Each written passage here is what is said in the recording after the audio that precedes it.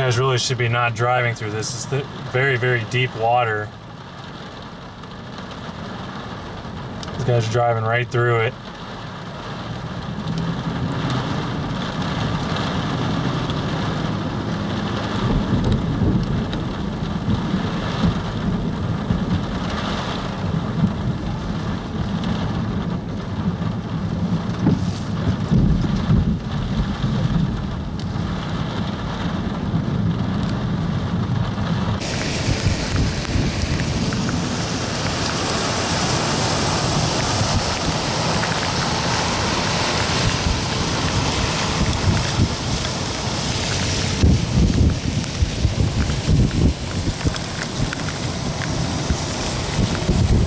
Big time flooding right now.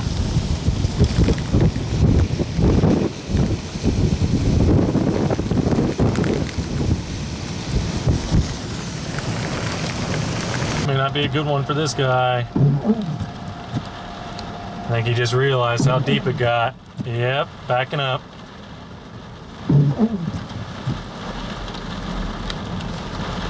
That's what you want to do. Really, you shouldn't have even done it in the first place, but